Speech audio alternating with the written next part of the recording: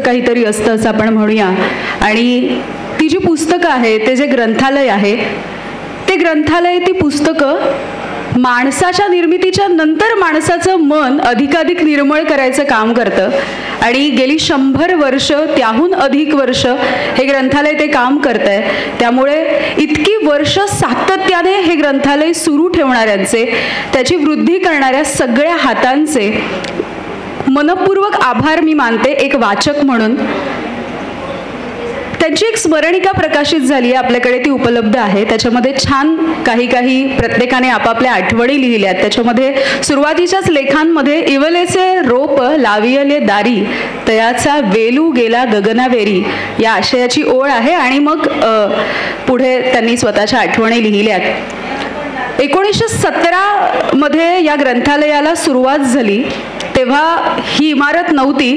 मात्र हळूहळू म्हणजे 1917ला त्या ग्रंथालयाची स्थापना, 1948 मध्ये इमारतीची पायाभरणी, 1950 साली या वास्तूचं बांधकाम पूर्ण झालं. आणि 1917ला लावलेल्या त्याच इवल्याच्या रोपाचा आज हा वटवृक्ष झालाय, ज्ञानवृक्ष झालाय. आणि त्या सावलीत आपण विसावलेलो आहोत असं म्हटलं तर काही वावगं ठरणार नाही. आपण कार्यक्रमाला सुरुवात करूयात. सुरुवातीला काही पाहुण्यांना मी मंचावरती आमंत्रित करते आहे. त्यापैकी एकूणच या समारंभाच्या सोहळ्याच्या अध्यक्षा म्हणूया आपण माननीय नीलू निरंजना गव्हाणकर मॅम. त्यांना विनंती आहे की कृपया त्यांनी विचारपीठावरती यावं. जगभरामधल्या पॉवर प्रोजेक्ट्सवरती अमेरिकेमध्ये त्यांचं प्रचंड मोठं काम आहे. केवळ अमेरिका नाही तर वेगवेगळ्या देशांमध्ये त्यांनी हे काम केलं आहे. तिथे त्या राहिल्या आहेत. तिथल्या संस्कृतीची ओळख सुद्धा त्यांनी करून दिली आहे. बाबा आमटे यांचा त्यांना सहवास लाभला. ही खूप म्हणजे खूपच उत्तम अशी गोष्ट. आर्थिक निधी, आर्थिक सहाय्यता करण्यासाठी सुद्धा त्यांनी खूप मोठी मदत केलेली आहे. अहिल्यानगर असेल, बीड, पुणे, कोकण अशा राज्याच्या वेगवेगळ्या भागांमध्ये त्यांचं काम आहे. म्हणजे ज्यावेळेला त्यांचा परिचय किती नेमका द्यायचा आहे हे माझ्या समोर आलं तेव्हा असं कळलं की 1 तास पण खूप होईल त्यांचं जे वेगवेगळ्या क्षेत्रातलं काम आहे ते सांगण्यासाठी. आणि अर्थातच आज याच कार्यक्रमाच्या पुढच्या सत्रामध्ये त्यांची मुलाखत सुद्धा आहे. त्यासाठी सुद्धा आपण इथे उपस्थित राहू म्हणजे आपल्याला अधिक जाणून घेता येईल. खूप खूप स्वागत आहे मॅम तुमचं. पुढे मी विनंती करते आहे कार्याध्यक्ष राजेंद्र लाड यांना, बाजी अध्यक्ष अतुल मोहिले सर, प्रमुख कार्यवाह प्रमोद महाडिक सर, लेखिका कवयित्री साहित्यिका ज्योतिका पिले मॅम, कोषाध्यक्ष उर्मिला रांगणेकर मॅम, उपाध्यक्ष सिद्धार्थ पारधे सर जे स्वतः साहित्यिक आहेत, वेगवेगळ्या विषयांवरचं त्यांचं लेखन प्रसिद्ध आहे, आणि उपाध्यक्ष पद्माकर माडेवाले सर. तुम्हा सगळ्यांचं कार्यक्रमामध्ये मनपूर्वक स्वागत. आणि आपण कार्यक्रमाला सुरुवात करतोय.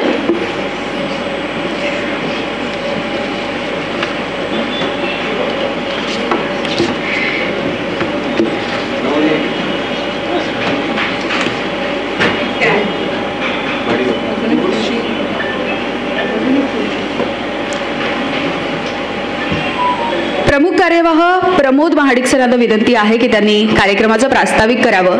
आणि गेल्या 100 वर्षांहून अधिक काळ ही लायब्ररी कशा पद्धतीने सुरू राहिलेली आहे, त्यासोबतच गेल्या 75 वर्षाच्या निमित्ताने आपण आता जो क्षण साजरा करतोय, जो सोहळा साजरा करतोय, तिथपर्यंतची नॅशनल लायब्ररीची नेमकी वाटचाल कशी राहिली आहे या सगळ्याविषयी त्यांनी सांगावं. प्रमोद सर.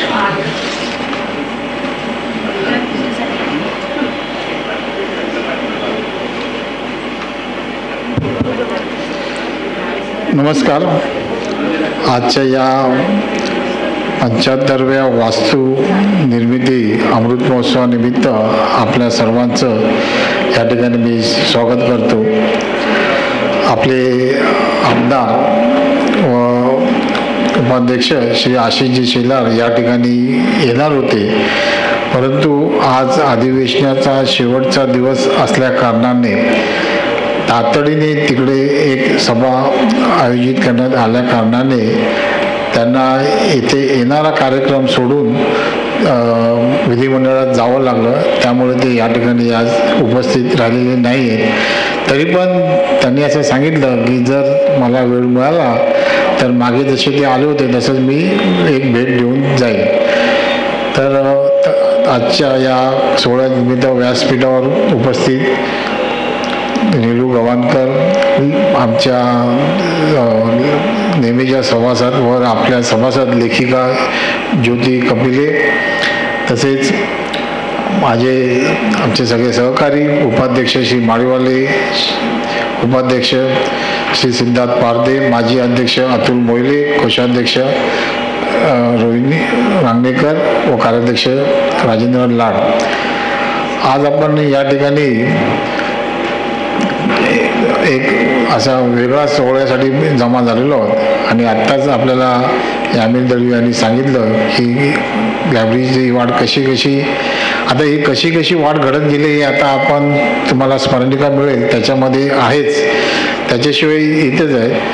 सांगण्यासारखी गोष्ट म्हणजे मला या ठिकाणी मुद्दामून एक नमूद करावं लागतं की ही वास्तू जी 75 वर्ष आज पूर्ण करत आहे, तर आपण जसं हा एक मोठा ठेवा आहे. आणि मला एक किस्सा आठवतो की 99ला जेव्हा आमचं वास्तू निर्मितीचा 50 वर्ष झाली आणि त्या सोहळ्याला मान्यवर उपस्थित होते, उपनाथ मुंडेपासून बाळासाहेब होते वगैरे. नंतर आपली जी वास्तू आहे ती थोडीशी तेव्हाच म्हणजे थोडीशी जीर्ण होत चालली होती. आणि म्हणजे या बाजूच्या सगळ्या आपल्या शिगा, कॉलम्समधल्या शिगा वगैरे या दिसू लागल्या होत्या, गंजू लागल्या होत्या.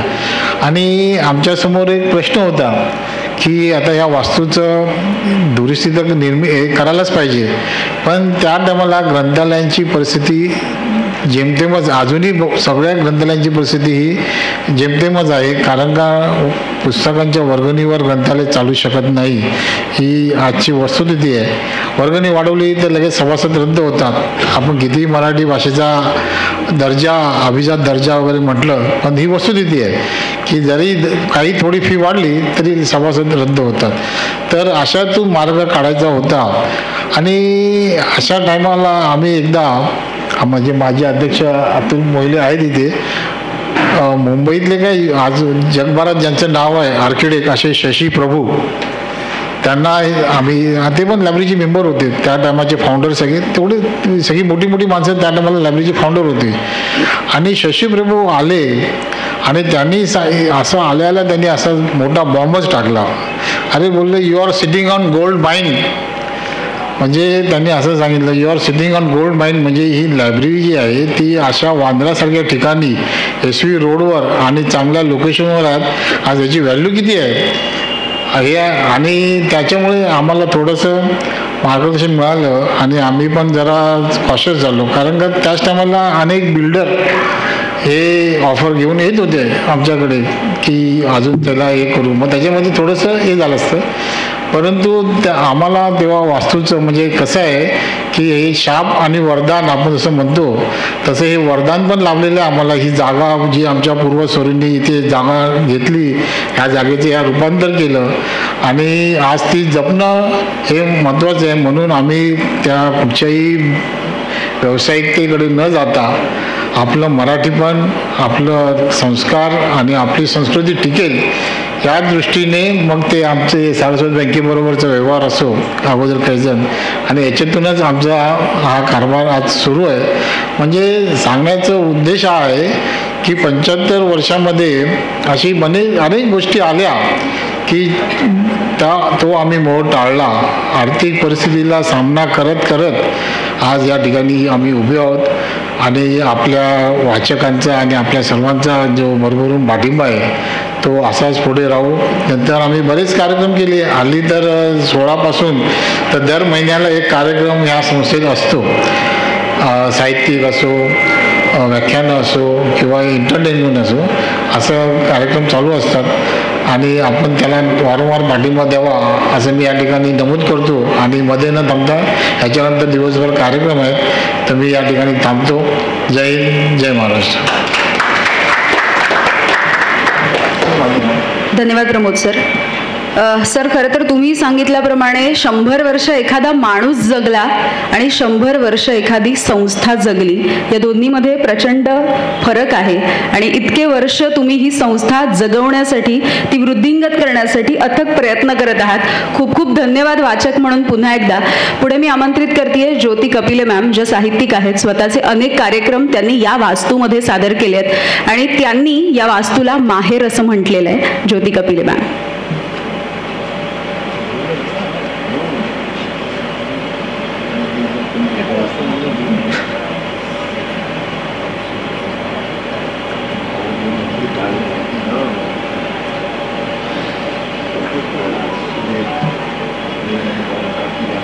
मान्यवर व्यासपीठ, निलुताई आणि सर्व लायब्ररीचे पदाधिकारी, त्याचप्रमाणे व्यासपीठासमोर बसलेले सर्व मान्यवर, यांना सर्वांना अभिवादन करते आणि आपल्या लायब्ररीच्या वास्तूची जो वर्धापन दिन आहे त्यानिमित्त सर्वांना शुभेच्छा देते.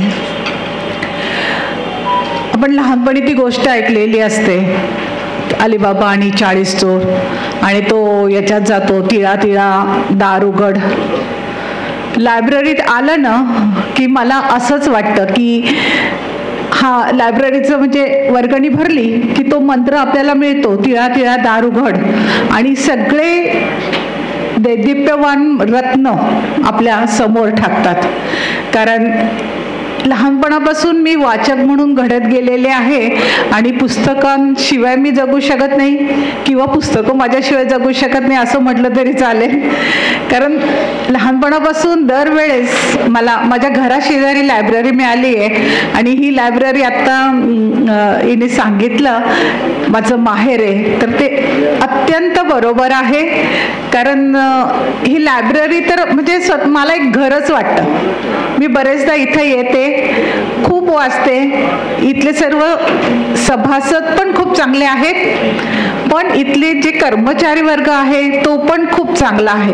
अतिशय कॉपरेशन करतं, सहकार्य करतं. तुम्हाला पुस्तक पाहिजे असेल तसं, किंवा मी बघते कोणी येतं आणि आरडाओरडा करतं, पण तरीही चुकून कधी ते कोणाला उलट उत्तर दिलेले मी बघितलेले नाहीये. अतिशय सामंजस्य, आणि म्हणजे मी पाहिलेल्या सर्व लायब्ररीत नंबर 1 लायब्ररी आहे. त्यामुळे आपण लायब्ररीसाठी टाळ्या वाजूया का? म्हणजे इथं आल्यापासून तर जवळजवळ एक 25-30 वर्षाचा माझं मी हे लायब्ररी बघते, त्याचा चढता आलेख बघते. दिनेश सावंत सर असताना मी आले होते, महाडिक सर, परत झरापकर सर आहे, स्मिताताई मंडवाले आहे, त्यांची तर मला नेहमी आठवण येते. अगदी म्हणजे मैत्रिणी झालेल्या आहो मी. आणि त्याच्यानंतर धनश्री ताई आहे. म्हणजे आता प्रत्येकाचं नाव घेणं शक्य नाही मला, पण ह्या सगळ्यांनी म्हणजे सामावून घेतलं मला. मला सांगायचं हेच आहे की तुम्ही एकटे काही करू शकत नाही. वाचकांना हे सामावून घेणारी लायब्ररी आहे. बरं, अद्ययावत पुस्तकं आहे आणि ते लायब्ररी चालवणं खरंच सोपं नाहीये. कारण मी नेहमी बघत असते, अरे बापरे, एवढा मोठा तो पसारा आहे, ते सगळं नूतनीकरण करणं, त्याचे ते पुस्तकाचे वर्गीकरण करणं, हे इतका अवघड प्रसंग आहे. आणि त्याची धूळ, त्याचं ते हे करणं मी बघत असते. त्यामुळे ह्या सगळ्या कर्मचाऱ्यांना एक मानाचा मुजरा माझ्याकडनं, हॅट्स ऑफ त्यांना. आणि अशा याच्यात जर आपण वाचक म्हणून जर लायब्ररीत जॉईन केली नाही तर तो म्हणजे खरं अपमान आहे मराठी भाषेचा पण, किंवा आपला जो वाचन ज्याने आपल्याला ज्ञान मिळतं, मनोरंजन होतं, त्या गोष्टीचाही तो अपमान आहे असं मी समजते. आणि वाचकांनी यायला पाहिजे, मुलांना घेऊन यायला पाहिजे. इथे मुलांसाठी बालकट्टा पण असतो. म्हणजे प्रत्येक घटक, वाचकाचा प्रत्येक घटक, बालवाचक घडवण्याचं मोठं कार्य नॅशनल लायब्ररी करते. त्यांच्यासाठी वेगवेगळे कार्यक्रम करते. अशी लायब्ररी मी पाहिलेली नाहीये. आणि लवकरच लायब्ररीला अजूनही खूप सारे पुरस्कार मिळो आणि भरभराट हो लायब्ररीची, एवढ्या सदिच्छा मी व्यक्त करते. आणि लायब्ररीच्या या कामात माझा नेहमी खारीचा वाटा असेल असं मी आश्वासन नेहमी देणार. थँक्यू. खूप खूप धन्यवाद मॅम. आजच्या या समारंभाच्या अध्यक्षा नीलू गव्हाणकर मॅम यांचा सत्कार करण्यासाठी मी विनंती करते आहे कार्याध्यक्ष श्री राजेंद्र लाड सर आणि प्रमुख कार्यवाह प्रमोद महाडिक सर यांना.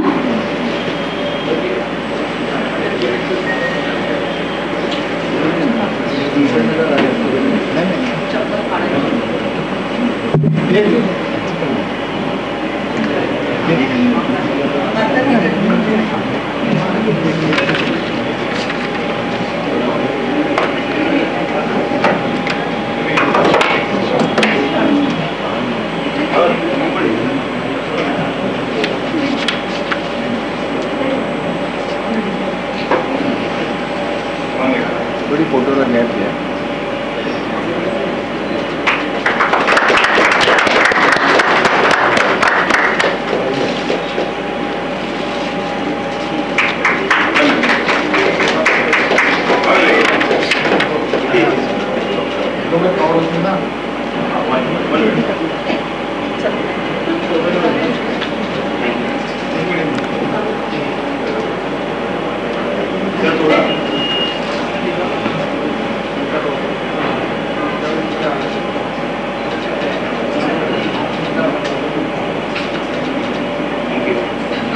खूप खूप आभार. पुढे मी विनंती करतेय साहित्यिका ज्योती कपिले यांचा सन्मान करावा.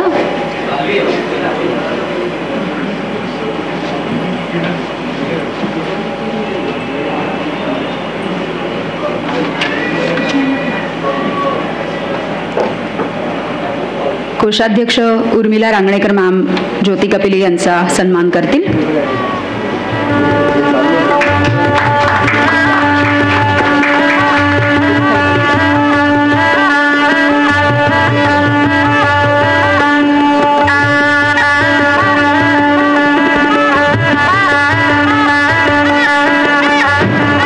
खूप आभार.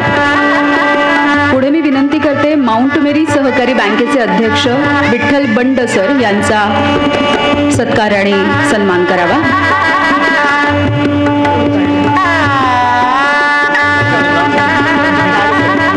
लाड सर त्यांचा सन्मान करतील.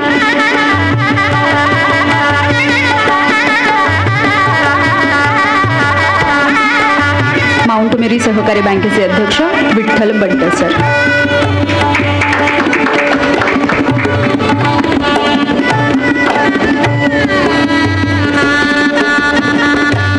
खूप खूप आभार सर. पुढे विनंती आहे हिंदू असोसिएशनचे पदाधिकारी अजित मनियाल यांचा सुद्धा सत्कार करावा.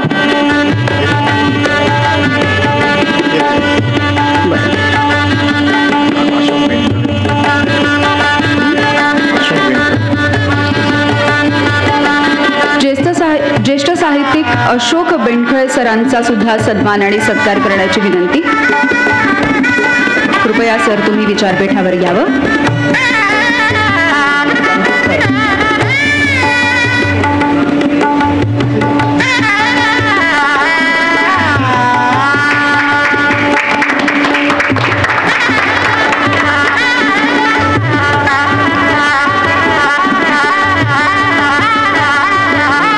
धन्यवाद सर.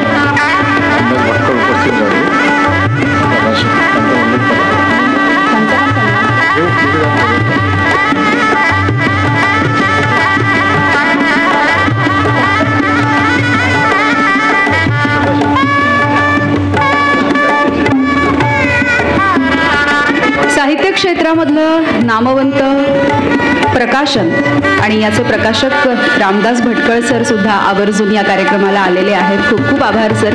त्यांचाही सन्मान करण्याची विनंती आहे. खालीच जाऊयात आपण.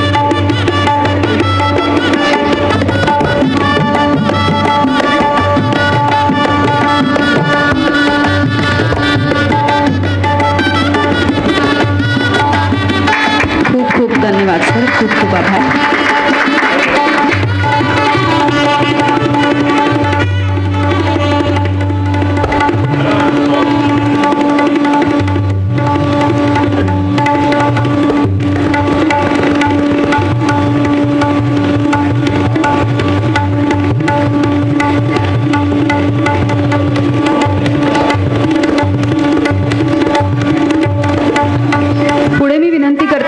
साहित्यिका मृणालिनी चितळे यांना त्यांनी विचारपीठावर यावं, त्यांचा सुद्धा सन्मान आणि सत्कार होईल.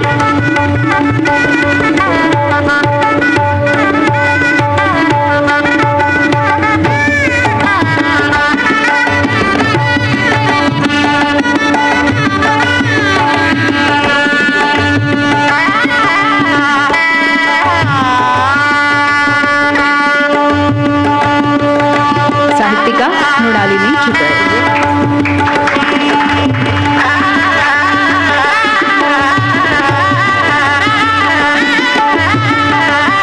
खूप खूप आभार.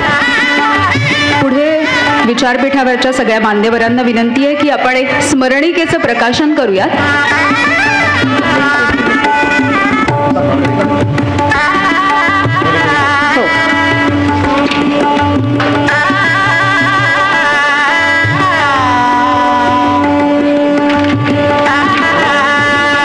या वास्तुनिर्मितीच्या अमृत महोत्सवी सोहळ्याच्या निमित्ताने तयार करण्यात आलेल्या या स्मरणिकेचं प्रकाशन होत आहे.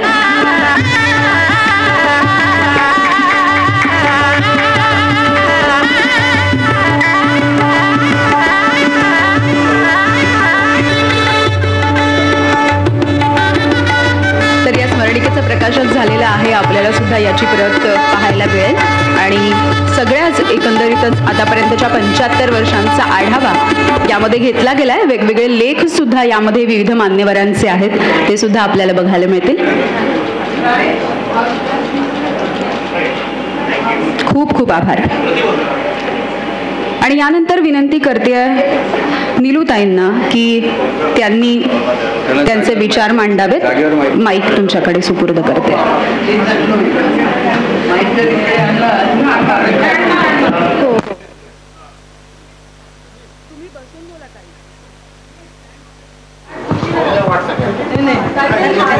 स्टँड मी बसूनच करते.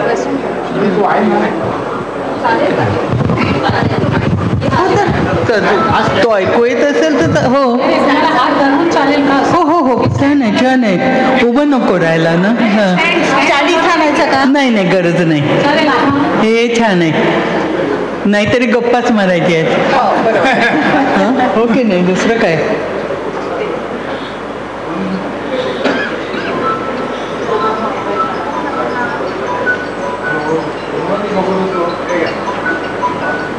आता बोलायचं आहे. ओके. इतक्या भावना दाटून आलेल्या आहेत तर सगळे मान्यवर लोक. पण खरं सांगू का, मला इतके लहानपणापासून पाहिलेले चेहरेही दिसत आहेत इथे.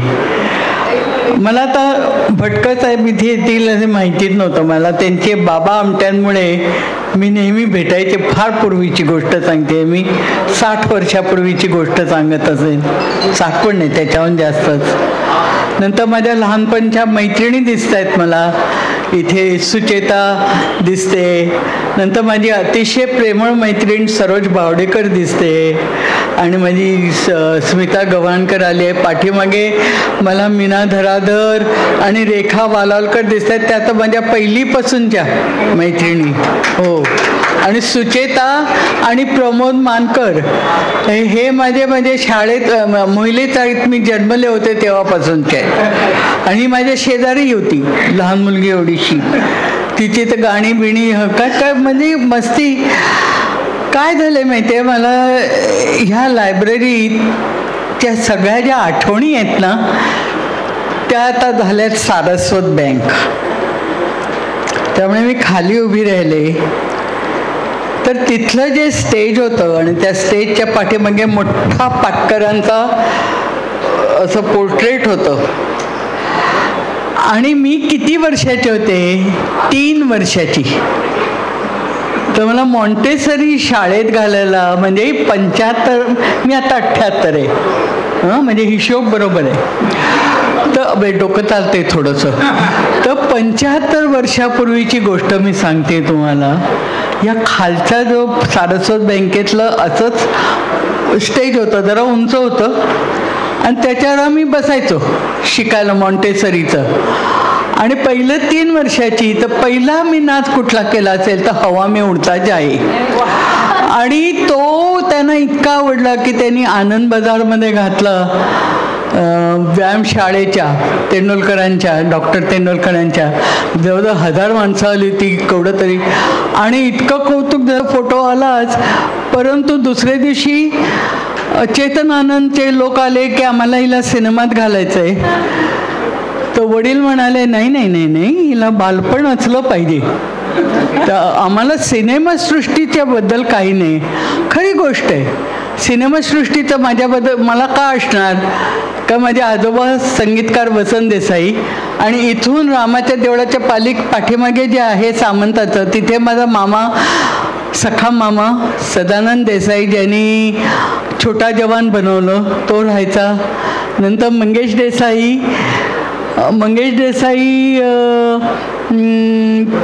रेकॉर्डिस्ट प्रसिद्ध, ते ह्याचे राजकमलचे प्रसिद्ध माणूस, अजूनही लेजंडच आहे तो.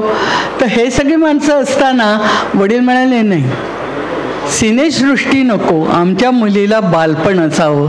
आणि ते बालपण माझं या लायब्ररीत गेलं. म्हणजे 3 वर्षाची असल्यापासून मी या संस्थेशी निगडीत आहे. तुम्ही म्हणाला माहेर, माहेराच्याही पलीकडे गेलो. आणि जरी 55 वर्ष अमेरिकेत राहिले तरी मी इथली सगळी पुस्तकं इतकी वाचली, डोक्यात काय शिरत होतं माहिती नाही आम्हाला. पण नचिकेळकर, चिपळूणकर, टिळकांचं गीता रहस्य सगळं असं घेऊन वाचून काढलं सगळं. तर मग त्या बाई, आणि दिसताना मी अशीच जाडीजुडी उंच ना, त्या काळाला उंच होते, नंतर वाढलीच नाही, अशी वाढली. तर ती बाई होती, ती इथे पुस्तक असायची.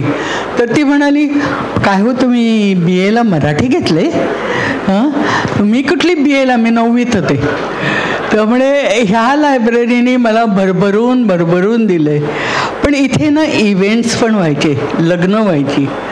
तर माझ्या मामाचे असे 3 गोट्टुले मुलगे होते, छोटे छोटे गोरे पान, विवेक देसाई, चेतन देसाई आणि रवी देसाई. एवढेच होते, छान सुंदर दिसणारे मुलगे.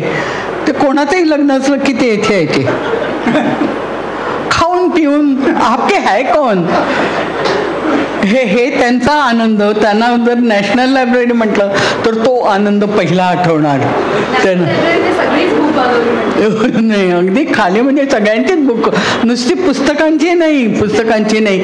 इथे लग्न झाली, 2 महत्त्वाची लग्न मला आठवतात.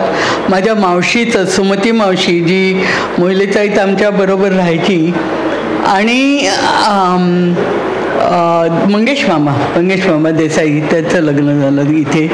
त्यामुळे इथे वांद्र्याचं कौतुक काय होतं, तर ते सगळ्या कम्युनिटी होत्या. आणि इतकं सुंदर हे गाव. आणि त्यामुळे इथे जे लग्न झालं तर ते जरीमरीच्या देवळाच्या शेजारी जावची वाडी होती. त्यांना आम्ही जावची वाडी म्हणायचो, कारण ते जाव गोव्याचे ख्रिश्चन होते आणि त्यांची आई मिरियम होती. तर तिचे कोंबड्या बिंबड्या पाळायची. त्यामुळे आम्ही अंडी आणायला जायचो. तिथे म्हणजे अंडी आणायचं काम माझंच होतं. सगळ्यात जे धाकटं असताना त्याला जा रे काम करून ये, तर ते काम माझंच होतं. तर त्या जावच्या घरात कोणाचं तरी लग्न झालं, ते खालच्या हॉलमध्ये झालं होतं. तर पहिलं माझं ख्रिश्चन वेडिंग ते मी या नॅशनल लायब्ररीत पाहिलं. लहान होते मी. सगळ्यांनी काळे पॅन्ट घातल्या होत्या, गॅबर्डिनचे असे ऑफ व्हाईट कोट घातले होते आणि ते एकमेकाला धरून नाचतात. काय आवडलं म्हणून सांगते तुम्हाला मी. ते हे जे संस्कार वेगळे व्हायचे, त्याला कारणीभूत कुठली वास्तू होती, तर ही होती वास्तू, नॅशनल लायब्ररी. आमची मोहिले चाळ म्हणजे दर 10 मिनिटात होती. आणि ते चाळीतलं आयुष्य आता काय बोलून मी थकले. त्याच्याबद्दल लिहिलं. आणि माझ्या ह्या रेखा मीना वगैरे आल्या, त्या माझ्या पहिलीपासूनच्या BPM हायस्कूल खारमधल्या शाळेतल्या. हे सुचेता, प्रमोद, हे सगळे मोहिले चाळीच्या परिसरातले. ते जे आयुष्य मी जगले ना,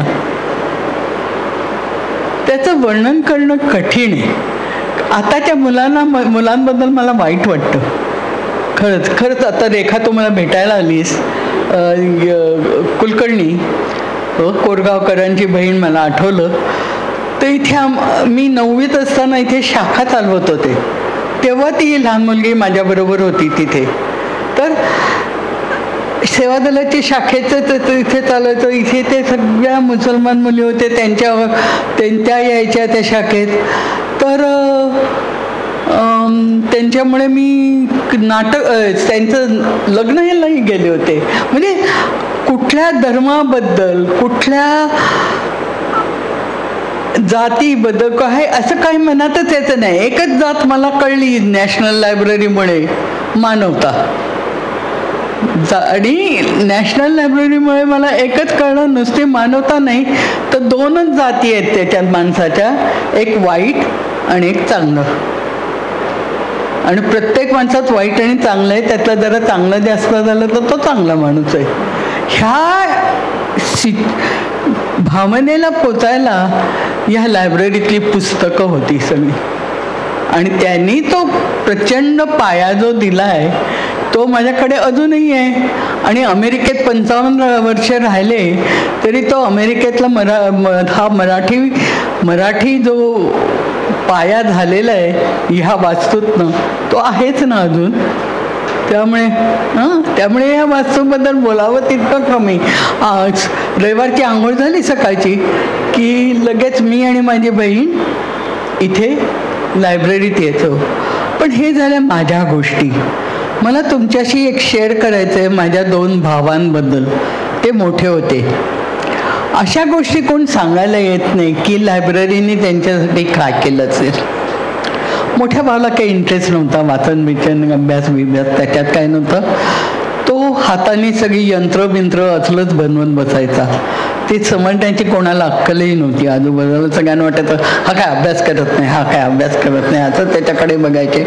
दुसरा भाऊ अतिशय हुशार, तो SSCला मला वाटतं 16वा का 17वा पण आला होता. तर ह्या लायब्ररीत तो यायचा. तर त्याला मासिक कसलं 2 गोष्टी त्याच्या या आयुष्यात इथे महत्त्वाच्या झाल्या. तो पॉप्युलर मेकॅनिक्स म्हणून एक इंग्लिश मॅगझिन त्याला मिळायचं इथे. तो अतपासून इथपर्यंत अगदी म्हणजे सगळं जाहिरातीपासून सगळं पारायण करायचा. त्यांना इंग्लिश येत होतं. मग मी मराठी शाळेतली होते, ते किंग जॉर्जमध्ये. माझ्या वेळेला बाळासाहेब खेराने सांगितलं होतं सगळ्यांनी मराठी शिका, त्यामुळे मी मराठीत होते. आणि मी अतिशय थँकफुल आहे त्याच्यासाठी की माझ्या आयुष्यात मला तो ठेवा मिळाला. तर तो पॉप्युलर मेकॅनिक्स वाचायचा. त्याच्यामध्ये त्याला एवढीशी जाहिरात दिसली.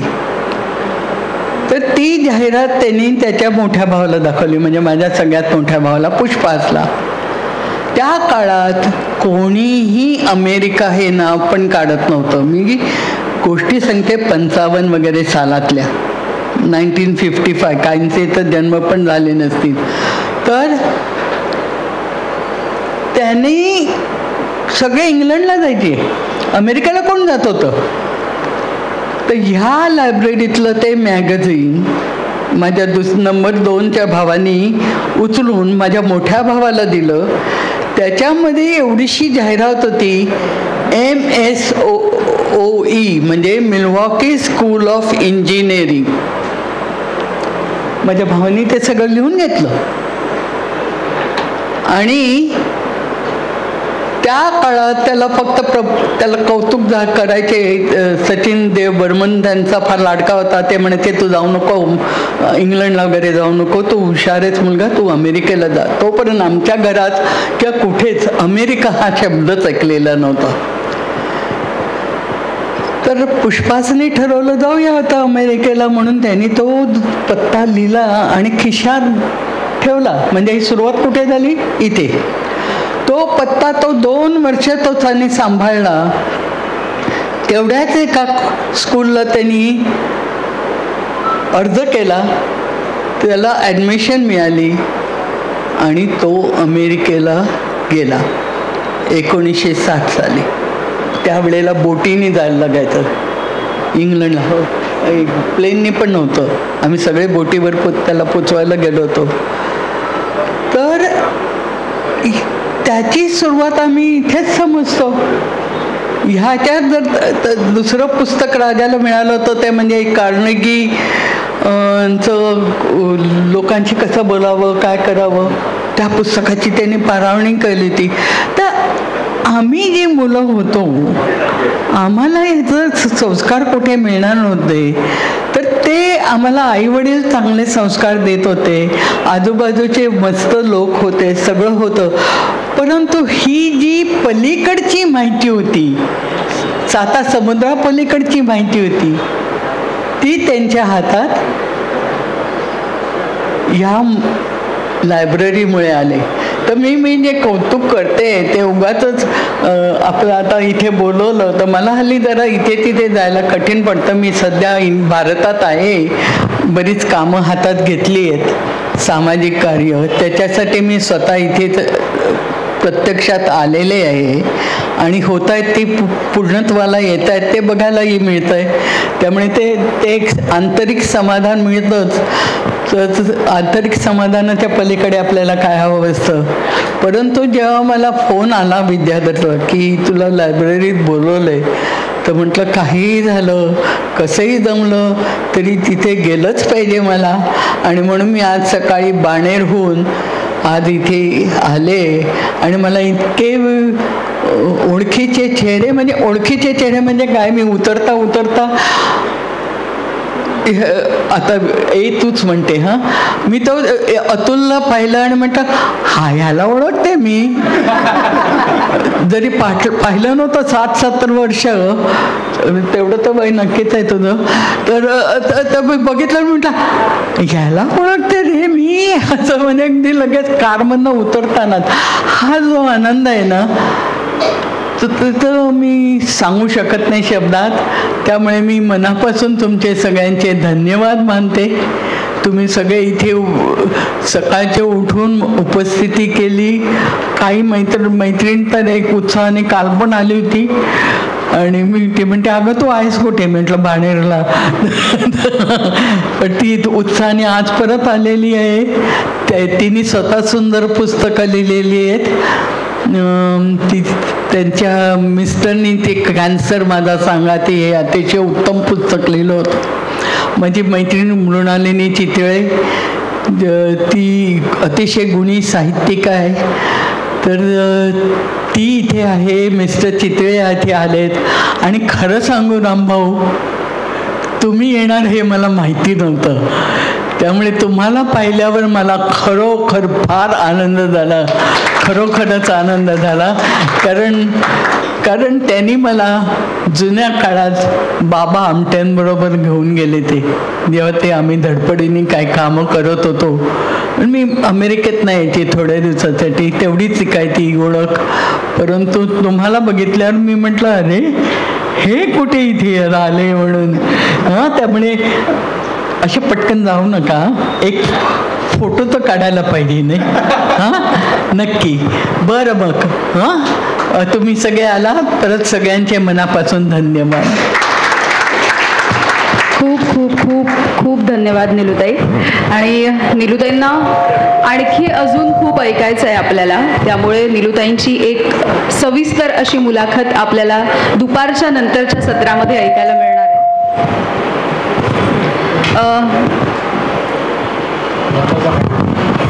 खूप खूप धन्यवाद सगळ्याच मान्यवरांचे. इथून पुढचा कार्यक्रम आपण सुरू करणार आहोत काही क्षणांमध्ये. मनमग्न मुक्ता असा हा कार्यक्रम असेल. इंदिरा संत यांच्या मनोज्ञ आठवणी, न ऐकलेले किस्से, रेखाताईंशी पत्रसंवादामधून उलगडणाऱ्या इंदिराबाई, श्रीमती देवगी पंडित यांनी गायलेल्या इंदिराबाईंच्या काही रचना सुद्धा आपल्याला इथे ऐकता येतील. आणि यामध्ये सहभाग आहे शुभांगी पासेबंद आणि निसर्ग देहूकर या दोघांचा. खूप खूप स्वागत आहे पुढच्या कार्यक्रमासाठी आणि खूप खूप आभार तुम्ही सगळे इथे उपस्थित राहिलात यासाठी. विनंती आहे तुम्ही पुढच्या कार्यक्रमाचा आस्वाद घेण्यासाठी समोर बसून घ्यावं.